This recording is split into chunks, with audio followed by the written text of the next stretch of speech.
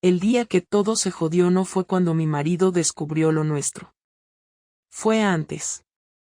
Fue esa noche en Madrid cuando Iván, mi amante, me dejó sola en aquel bar de Malasaña con 2 copas de vino a medio terminar y una excusa tan ridícula que hasta el camarero alzó una ceja cuando lo oyó. Me tengo que ir, me ha llamado mi madre, dijo, sin mirarme a los ojos. ¿Su madre?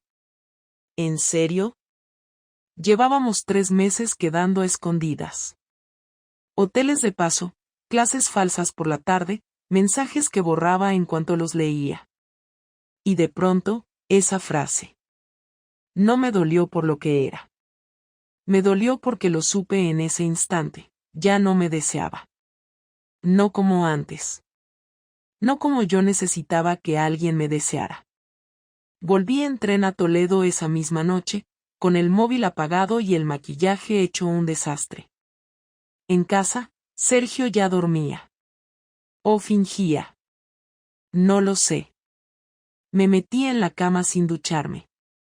El olor del vino y del perfume barato que Iván llevaba todavía estaba en mi ropa. Y ahí fue cuando lo decidí. No iba a dejarlo así. Si todo iba a reventar, al menos que fuera yo quien lo rompiera. No iba a ser otra historia de una mujer que se arrepiente. No. Iba a ser la historia de una mujer que, por una vez en su vida, hizo lo que le dio la puta gana, aunque eso le costara todo. No sé cuánto tiempo estuve fingiendo después de aquello, pero fue suficiente para que Sergio empezara a sospechar. Lo noté en pequeños gestos. En la forma en que me miraba cuando salía del baño tarde, en cómo revisaba 2 veces si de verdad tenía clases por la tarde. No decía nada, pero lo notaba. Y yo, lejos de tener miedo, me sentía retorcidamente viva. Sabía que la cuerda se estaba tensando y en el fondo quería que se rompiera. Quería dejar de fingir que no pasaba nada. Quería dejar de ser la mujer que él creía que tenía en casa. Una tarde, Sergio llegó a casa más temprano de lo normal. Me pilló desprevenida, aún en la cocina, con el portátil abierto y mensajes de Iván recién borrados. Me dijo que había cerrado la tienda antes porque tenía jaqueca. Pero no tenía nada. Lo noté por cómo caminaba por el pasillo, por cómo abrió la puerta del baño y la dejó entornada mientras me miraba de reojo. No buscaba un calmante, buscaba una pista. Y eso solo significaba una cosa, ya no era una duda. Era una certeza para él. No dijo nada esa noche. Ni la siguiente. Ni la del sábado. Y entonces, el domingo por la mañana, mientras yo preparaba café, me soltó, ¿sabes que no fuiste a clase el jueves?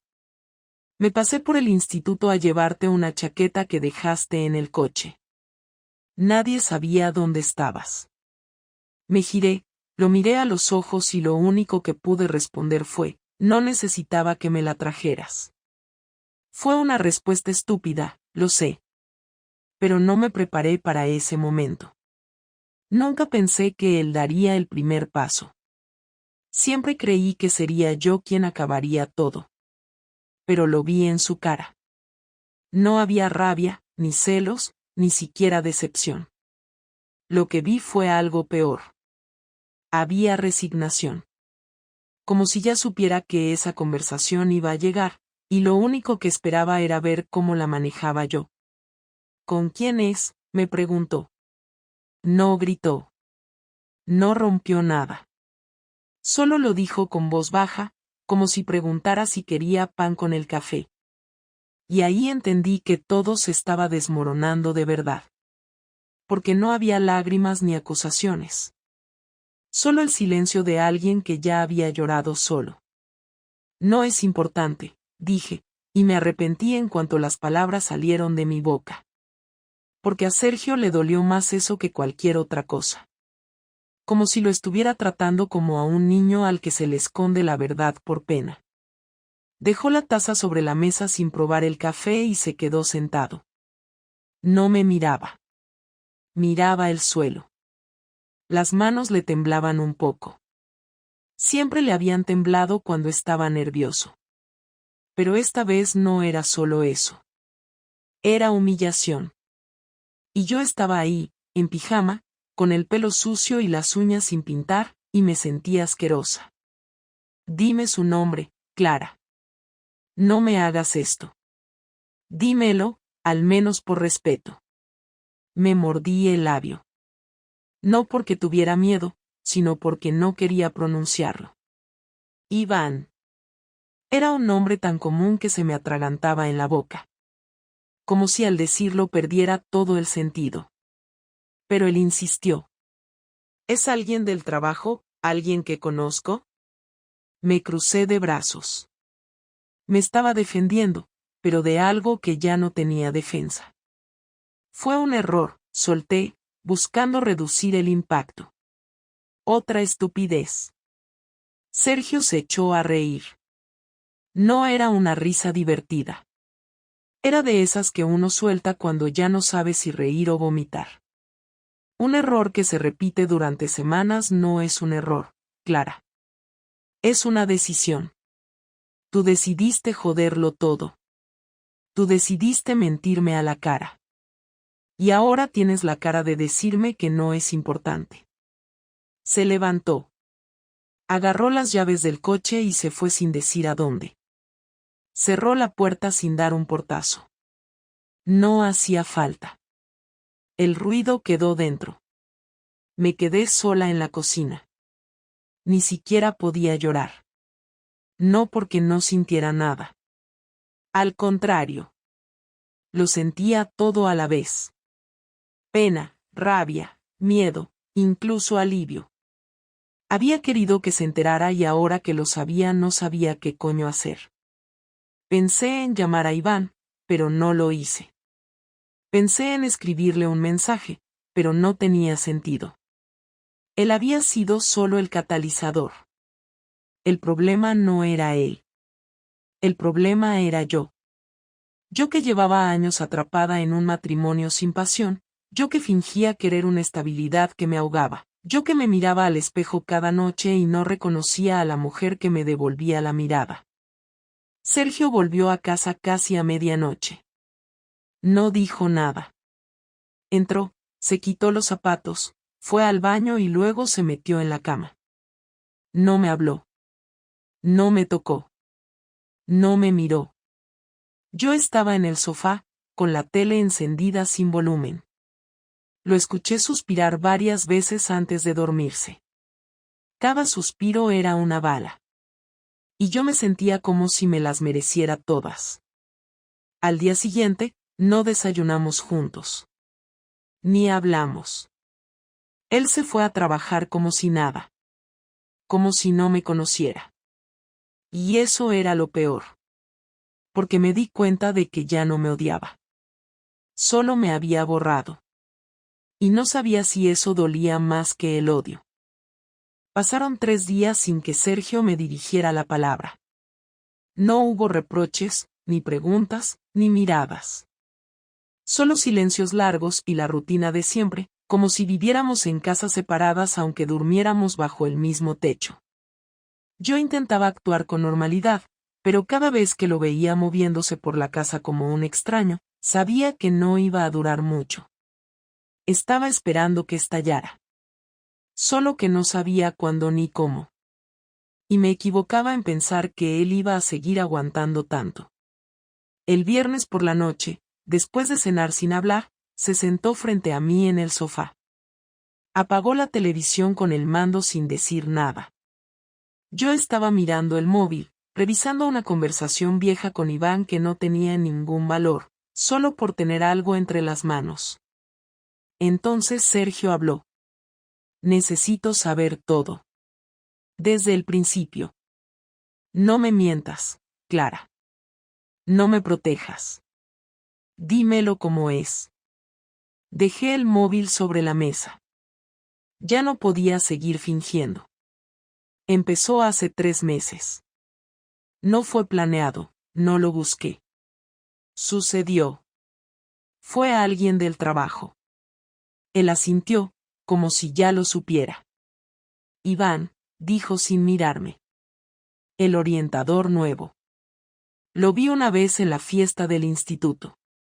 Me diste 2 besos después de hablar con él y no volviste a sonreírme en toda la noche. Desde ese día supe que algo no iba bien. Me quedé callada. No sabía qué responder a eso. Porque era verdad.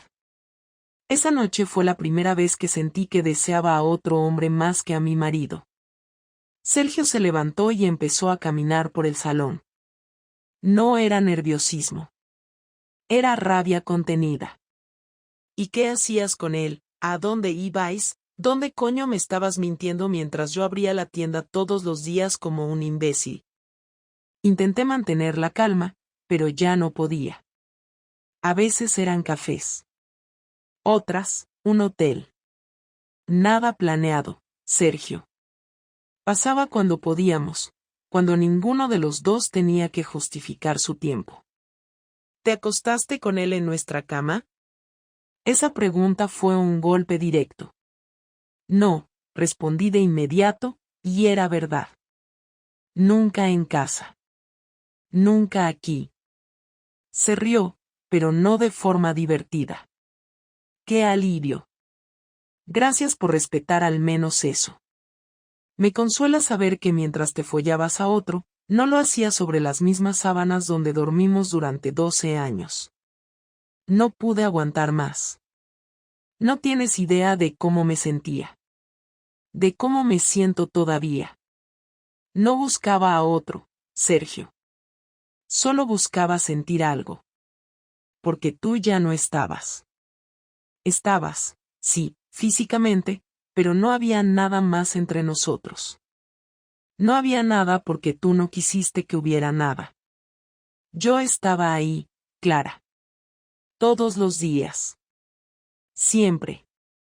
No soy perfecto, lo sé. Pero nunca te fallé. Nunca te mentí. Y ahora me vienes con que te sentías sola, y que, eso justifica traicionarme, ¿así de fácil es todo? Me levanté, intentando mantenerme firme, pero no podía con su mirada. No es tan fácil. Lo sé.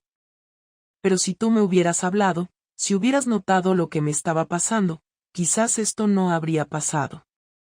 Me sentí invisible, Sergio. Durante meses. Se acercó a mí. No con violencia. Pero con firmeza. ¿Y por qué no hablaste tú, Clara? ¿Por qué no me lo dijiste antes de abrirte a otro? ¿Por qué no intentaste arreglarlo antes de acostarte con alguien más? No tenía una respuesta clara. No podía justificarlo. Solo sabía que necesitaba escapar de la rutina, del vacío, del silencio. Pero eso no servía de nada en ese momento. No lo sé, dije. Solo pasó. Me dejé llevar. ¿Sigues viéndolo?, preguntó. Negué con la cabeza. No. Me dejó plantada hace una semana. Creo que ya no quiere nada. Solo fue algo pasajero. Sergio sonrió con los labios apretados. Te engañó también a ti. ¡Qué ironía! Se quedó callado unos segundos y luego se fue a la cocina. Escuché cómo abría una cerveza. Volvió con ella en la mano, sin ofrecerme nada. Se sentó en el borde del sillón, sin mirarme. Voy a hacer algo que no pensé que haría nunca. Voy a quedarme aquí por ahora, pero solo por comodidad. No quiero verte. No quiero escucharte. Vamos a dividir la casa. Yo dormiré en el cuarto de invitados. Tú te quedas con el dormitorio. Puedes hacer lo que quieras, pero no me mires como si esto fuera reversible. ¿No quieres que lo intentemos?, pregunté. No. No quiero volver a estar con alguien que me miró a la cara durante 3 meses mientras se acostaba con otro. No quiero a una persona que no tuvo el valor de decirme que era infeliz hasta que ya era tarde. Tú tomaste una decisión. Pues ahora yo tomo la mía. Quise decir algo, pero no me salió nada. Se levantó otra vez y se fue al cuarto pequeño, cerrando la puerta con calma. Yo me quedé ahí, en el salón, mirando el espacio vacío donde él solía sentarse cada noche. No había gritos. No hubo golpes.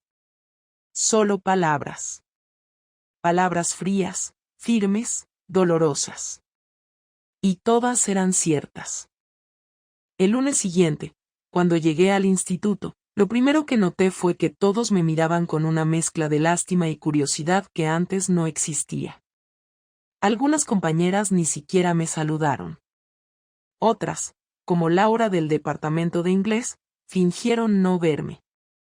No entendía nada, hasta que vi a Iván en la sala de profesores, sentado con la cabeza baja, sin atreverse a mirarme. Entonces supe que algo había pasado. No pregunté nada en ese momento. Solo me senté, encendí el ordenador y fingí estar ocupada mientras intentaba controlar el temblor de mis manos. A media mañana, me llegó un correo anónimo a mi cuenta personal. Tenía un archivo adjunto. Lo abrí y encontré un PDF con capturas de pantalla de mis mensajes con Iván, organizados por fecha, con descripciones, ubicaciones, e incluso horarios marcados. Eran conversaciones que yo había borrado hacía semanas. No solo eso, había fotos. No desnudos, pero sí comprometedores. Unas en la cafetería cerca del instituto, otras saliendo de un hotel en el centro. Cada imagen tenía una marca de tiempo. Todo estaba documentado con una precisión que me dio miedo. Sentí que el aire desaparecía de mis pulmones. Lo primero que pensé fue en quién podía haber hecho esto. Solo había una respuesta lógica. Sergio. Tuvo que haber estado espiándome desde el principio. De alguna manera, guardó las conversaciones, hizo capturas, tal vez incluso me siguió o contrató a alguien. No lo supe en ese momento, pero ya no importaba. Todo estaba allí, y alguien lo había empezado a distribuir.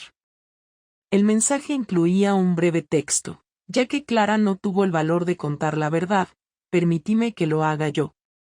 Ella se merece que todos sepan quién es de verdad.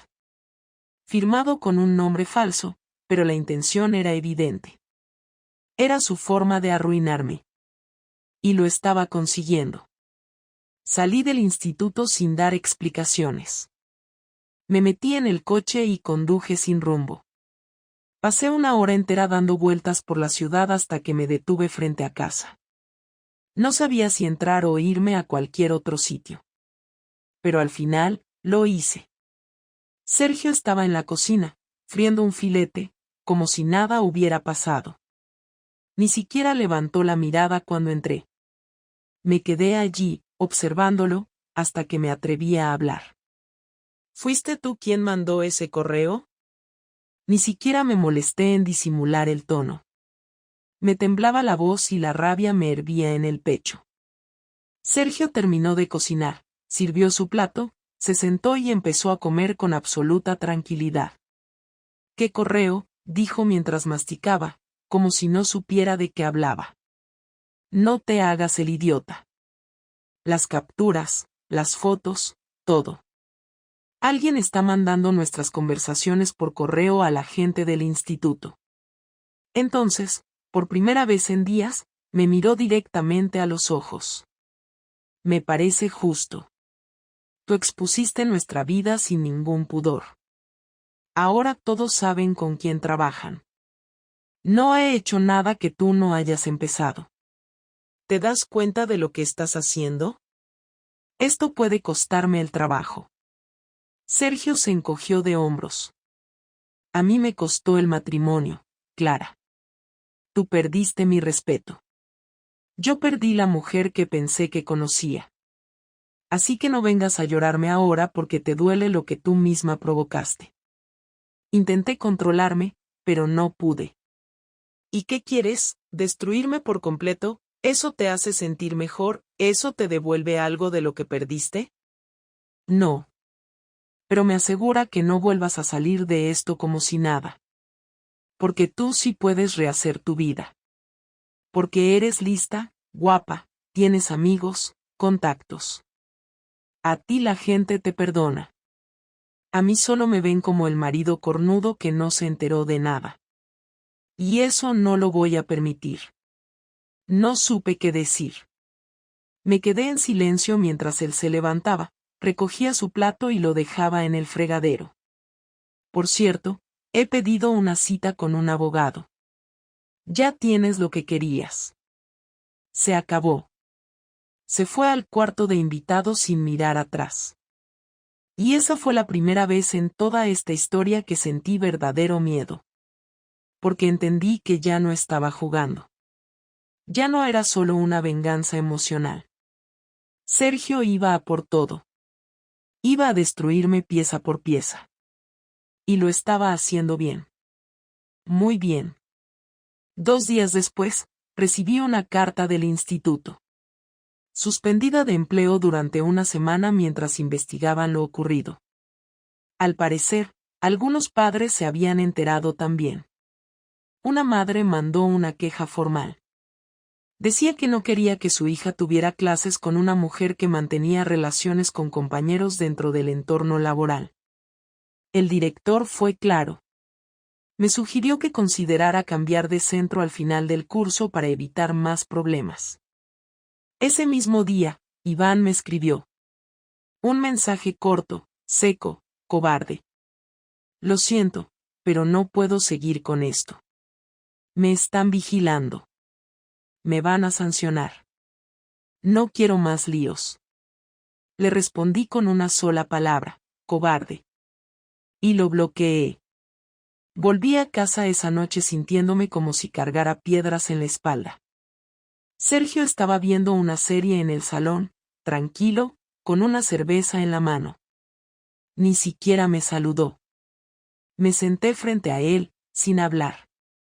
El sábado por la noche no pude más. No podía seguir fingiendo que esa convivencia forzada era sostenible, que no me dolía cada segundo en el que Sergio me ignoraba de forma tan precisa.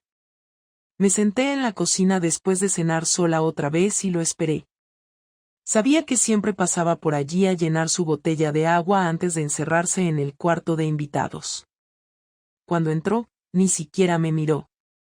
Solo abrió el frigorífico, sacó la botella, la llenó en el grifo, y antes de darse la vuelta, dije su nombre en voz baja. No respondió. Volví a repetirlo, esta vez más firme. Sergio, tenemos que hablar. Me miró sin expresión. ¿Para qué? ¿Qué sentido tiene ahora? Porque no puedo seguir así. Y tú tampoco. Nos estamos destruyendo. No hay más guerra que pelear. Se quedó de pie, apoyado contra el marco de la puerta. No se sentó. No se relajó. Pero al menos me escuchaba. Dime, Clara. Dime lo que tengas que decir. Pero no me pidas que te entienda. No me pidas que te perdone. No lo voy a hacer. Asentí. No quiero pedirte eso. Solo quiero que hablemos de qué hacer ahora. De verdad. Sin reproches. Yo ya sé lo que voy a hacer. Voy a firmar el divorcio, voy a dejar la casa en cuanto pueda mudarme y voy a seguir con mi vida. Tú haces lo que quieras. Su tono era seco, firme, pero no cruel. No estaba buscando herirme, ya no. Solo me estaba informando de lo que venía. No quiero que esto acabe así, dije, aunque me odié por sonar débil. Pues deberías haberlo pensado antes, cuando aún estabas a tiempo de elegir. No entiendes que yo tampoco sabía lo que estaba haciendo. Me sentía perdida. Quería encontrar algo que me devolviera un poco de vida. ¿Y lo encontraste?, preguntó, sin moverse. No. Lo único que hice fue perder lo único real que tenía. Eso lo dices ahora, Clara, pero no te lo creo. Si él no te hubiera dejado plantada, seguirías con él. No estaríamos teniendo esta conversación. Me habría seguido mintiendo. No lo sé, respondí sin fuerza. Tal vez sí. Tal vez no. Pero ahora sé que no era lo que buscaba. Sergio cruzó los brazos. Me observaba como si tratara de entender si había algo de sinceridad en mis palabras. Dices que no era lo que buscabas. Pero lo hiciste. Y no una vez. Lo repetiste. Fuiste consciente. Cada vez que salías por esa puerta para acostarte con otro, ¿sabías lo que estabas destruyendo? ¿Qué parte de ti pensó que esto iba a tener otro final? Ninguna parte.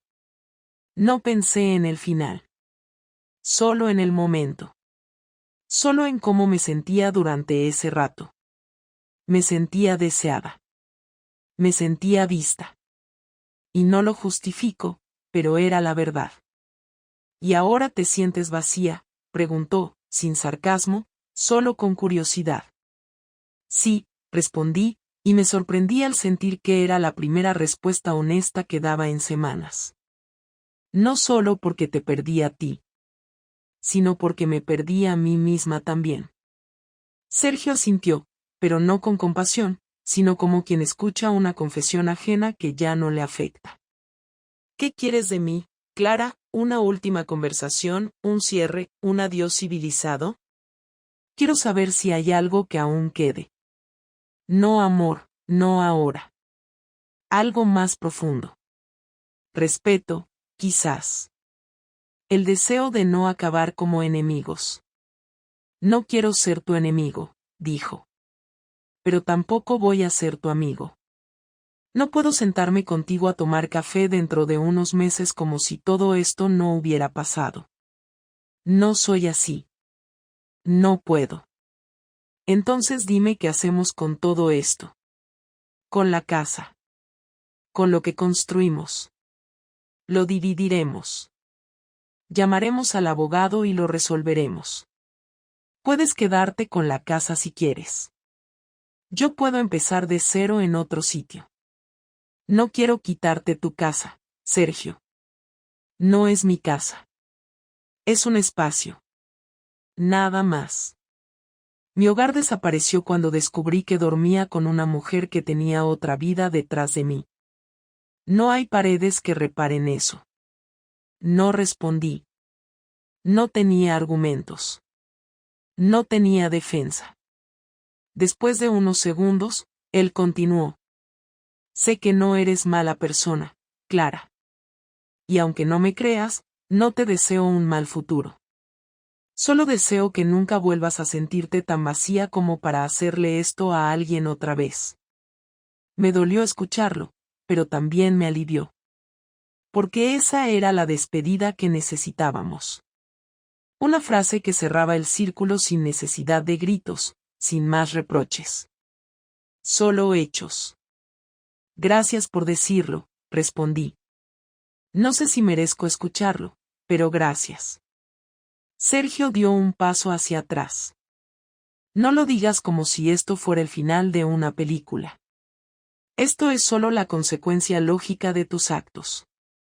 Y yo estoy haciendo lo que tú no supiste hacer, aceptar la verdad y actuar en consecuencia. Asentí, y él se dio la vuelta. Antes de cruzar la puerta, se detuvo. No me escribas. No me llames.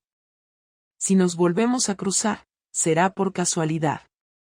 Y ese día, espero que no sienta nada. Se fue sin cerrar la puerta con fuerza, como siempre. Pero esta vez, el silencio que dejó fue definitivo. Y yo supe, por fin, que ya no había marcha atrás. La casa ahora está en silencio casi todo el tiempo. Sergio se marchó hace 2 semanas. No dijo a dónde iba ni dejó una dirección. Solo firmó los papeles, vació el armario y se fue un martes por la mañana sin hacer ruido. Cuando me levanté, ya no estaba. Dejó sus llaves en el cajón de la entrada y una nota con un número de cuenta para que transfiriera el resto del dinero acordado. No hubo despedida, ni explicación, ni mirada. Y en el fondo, lo agradecí. Porque no había más que decir. lo único que quedaba entre nosotros era la distancia. Y la certeza de que no volveríamos a hablarnos. Durante los primeros días después de su partida, no sabía qué hacer. Caminaba por la casa sin rumbo, con la sensación de que todo me resultaba ajeno. Las cosas estaban en su sitio, pero era como si ya no me pertenecieran. El sofá, la mesa, los platos, incluso las cortinas que habíamos elegido juntos en una tarde de sábado cualquiera, todo tenía una carga distinta. No de tristeza, sino de realidad. De esa que ya no se puede esconder. Hacía años que no me sentaba sola a comer en silencio sin televisión, sin móvil, sin nadie. Y en ese silencio empecé a entender lo que realmente había hecho. La traición no fue solo física. Fue una ruptura completa del vínculo que habíamos construido. No solo mentí a mi pareja. Me mentí a mí misma al creer que podía vivir dos vidas al mismo tiempo sin pagar el precio. Me dije que lo hacía por necesidad, por carencias, por vacíos que él no llenaba. Pero la verdad es que nunca tuve el valor de enfrentar lo que no funcionaba en el matrimonio. Preferí escaparme, construir una vía paralela, en lugar de parar y asumir lo que necesitaba o lo que había muerto entre nosotros. Y eso fue cobarde. Más que la infidelidad, más que los mensajes, más que las mentiras diarias. Lo peor fue no decirle a tiempo que algo se había roto y que no sabía si podía repararse. Iván desapareció del mapa. Después de todo lo que pasó, pidió traslado a otro instituto y dejó de responder mensajes. Nunca dio la cara. Nunca explicó por qué se echó atrás. Pero eso ya no importa. Porque él fue una consecuencia, no la causa. Fue un reflejo de mis propias debilidades, de mis ganas de sentir algo distinto, de salir del lugar en el que me había acomodado por años. Lo que más me dolió no fue que me dejara sola cuando todo explotó, sino darme cuenta de que nunca fue más que un escape barato. Me engañé creyendo que sentía algo más profundo cuando solo era una forma de evitar mirar de frente mi vida real. He perdido muchas cosas, algunas importantes, otras no tanto. La casa, al final, la pondré en venta. No tiene sentido quedarme en un sitio que ya no significa nada. No puedo dormir en la cama donde durante años fingí ser feliz, ni usar una cocina donde cada conversación se convirtió en una bomba de relojería. Volveré a empezar, pero no como una forma de castigo ni como un intento desesperado de reparar nada. Solo porque necesito espacio. Aire. Y sobre todo, tiempo. Para aprender a estar sola sin necesidad de mentirle a nadie. Con mis padres apenas he hablado. Mi madre me llamó una vez para preguntarme si era cierto lo que habían escuchado. Le dije que sí. No entré en detalles. No quise justificarme. No había cómo. Ella se limitó a decir que esperaba que al menos aprendiera algo de todo esto. Luego colgó. No la culpo. Siempre me exigieron ser recta, firme, coherente. Y fallé en todo eso. Supongo que ahora entienden que no soy la hija perfecta. Ni la esposa ejemplar. Solo soy una mujer que tomó malas decisiones y que ahora tiene que vivir con las consecuencias. No hay una moraleja clara en todo esto. No hay una gran lección que pueda poner en una frase bonita. Solo hay hechos. Yo engañé a mi marido. Él se vengó. Nuestra historia terminó de la forma más fría posible. Y ambos tendremos que cargar con eso el resto de nuestras vidas. No sé si él volverá a confiar en alguien. No sé si yo podré hacerlo. Pero sí sé que ya no me voy a permitir vivir en la mentira. Si algo no funciona, lo diré. Si necesito algo, lo pediré. Si me siento sola, buscaré ayuda antes de irme por el camino fácil. Ahora paso los días organizando mudanzas, cerrando cuentas, firmando documentos. La rutina me mantiene en movimiento. A veces, por las noches, Me siento en el balcón con una copa de vino y pienso en todo lo que pasó en solo un mes. En cómo una vida entera puede desmoronarse en unas pocas semanas. No con gritos ni escenas dramáticas, sino con decisiones pequeñas, silenciosas, persistentes. Cada mentira. Cada mensaje. Cada mirada evitada. Todo suma. Todo deja marca. No sé qué vendrá después. No tengo un plan claro. Pero sí tengo algo que antes no tenía, conciencia. Ya no me engaño. Ya no finjo. Y aunque eso no me devuelve lo que perdí, al menos me da un punto de partida. A veces no se trata de salvar lo que se rompió, sino de no volver a romper algo de la misma manera. Con eso me basta por ahora. Porque lo que venga después, sea bueno o malo, al menos será real. Y eso es más de lo que tuve durante mucho tiempo.